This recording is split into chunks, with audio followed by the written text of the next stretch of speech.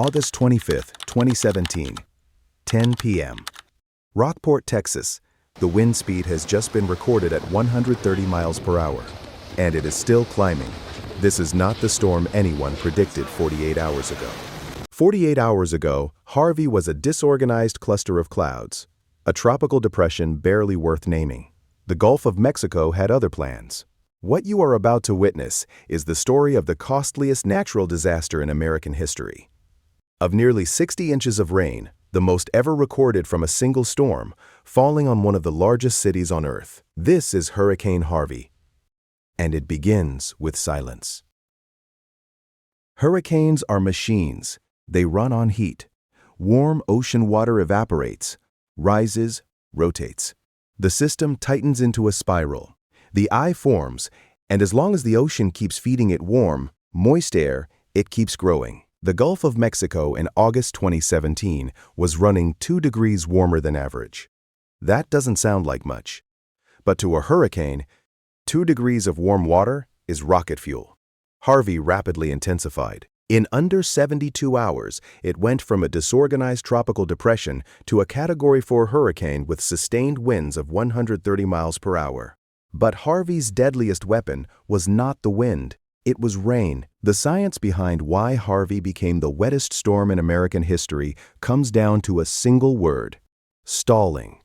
A blocking high-pressure system to the north left Harvey with nowhere to go. It made landfall, and then it just sat there. It drifted back over the Gulf, drew up more warm water, regenerated, and came back over land, over and over again.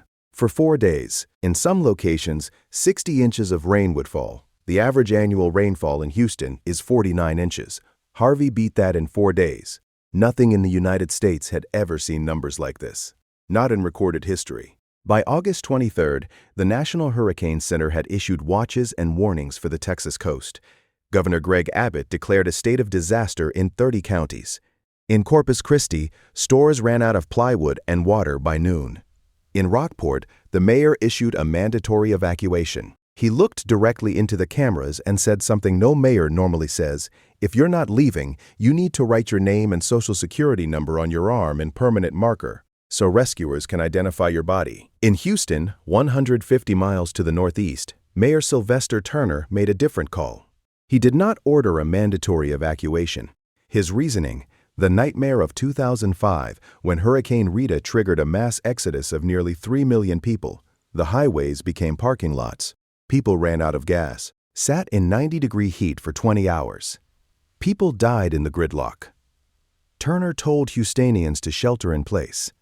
Most of them did. They didn't know yet that sheltering in place was exactly where the water would find them. August 25th, 10 p.m. Harvey makes landfall near Rockport as a Category 4 storm. The sound was unlike anything survivors had ever heard. Not the howl they expected, but a deep, omnipresent roar, like standing inside a jet engine with no walls. Roofs weren't blown off buildings. They were peeled back like the top of a tin can, curling into the dark. The harbor was destroyed in under an hour, a marina that took 40 years to build, gone in 40 minutes. Cell towers down. Emergency communications collapsed. Dispatchers who couldn't respond to calls started doing one thing: writing down names, writing down addresses, saying, "We're coming, just hold on." By midnight, Harvey had done something that terrified forecasters watching their radar. It drifted back offshore, back over the warm Gulf water, back over the fuel. It was recharging, and Houston was still hours away from the worst of it. August 26th, Harvey's outer rain bands park directly over the Houston metropolitan area and stop moving. This is what meteorologists call training. Storm cells repeatedly hitting the same location like cars on a track. The rain falls at 4, 5, 6 inches per hour. Bayou gauges that have never hit flood stage blow past their highest recorded levels. The city's 2 major flood control reservoirs, Addicks and Barker, built in the 1940s, begin filling faster than any engineer had ever modeled. Then comes the decision that changes everything. The Army Corps of Engineers announces controlled releases from both reservoirs.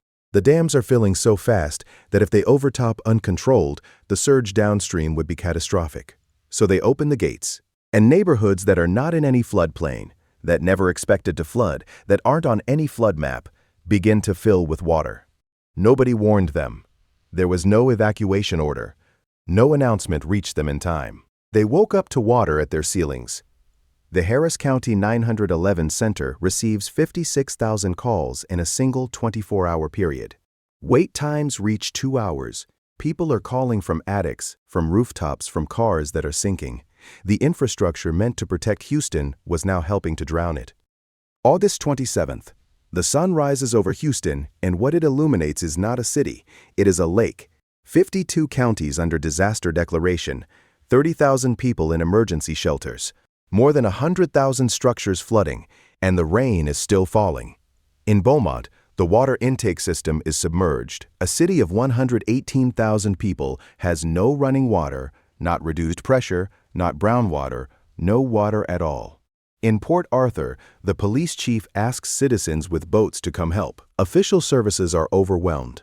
The National Weather Service has to redesign their rainfall maps, adding new colors for totals so extreme they fall outside any previously defined category. One official weather statement, written in the dry language of government meteorology, breaks that convention. It says, "If you are not a swimmer, seek higher ground immediately." It is not an exaggeration. Nobody called them. Nobody dispatched them. They had no uniforms, no credentials, no authorization. They were mostly from Louisiana, veterans of Katrina who knew exactly what it looks like when the official systems run out of capacity. They loaded their bass boats onto trailers and drove into Texas. They coordinated on a walkie-talkie app called Zello. They were truck drivers, teachers, plumbers, retirees. They were the Cajun Navy.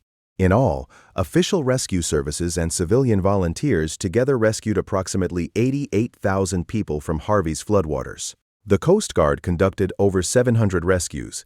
The Texas game wardens, whose flat-bottom boats were built for exactly these conditions, executed thousands more. Houston police officer Sergeant Steve Perez, 34 years of service, died when his patrol car was submerged on his way in to help his department. He had told his wife that morning, "We have a city to protect." He did not come home. When it was over, 68 people dead, 200,000 homes damaged or destroyed, $125 billion in damage, the costliest disaster in American history, 60 trillion gallons of water. Harvey also revealed something harder to measure, the invisible architecture of who gets warned, who gets rescued first, who can afford to rebuild, and who cannot. It was not an equal storm. Scientists later confirmed what the numbers already suggested. Harvey's extreme rainfall was 3 times more likely to occur due to human-caused climate change. The warming Gulf accelerated it. The warming atmosphere held more water. Every degree matters. Every inch matters. Houston lost over 70% of its natural wetlands between 1992 and 2010, wetlands that would have absorbed billions of gallons of floodwater. It built over prairie and marsh for decades. Harvey was, in part, the bill coming due. But here is what Harvey also was. It was 88,000 people pulled from the water. It was the Cajun Navy arriving without being called. It was mosques and churches and synagogues open around the clock. It was strangers tying ropes around their waists and wading into the dark for neighbors they barely knew. The storm doesn't get to define us. The response does. The question is not whether, it is when, and whether we will have built something worthy of the people who will face it, whether we'll write the next chapter before the water forces us to.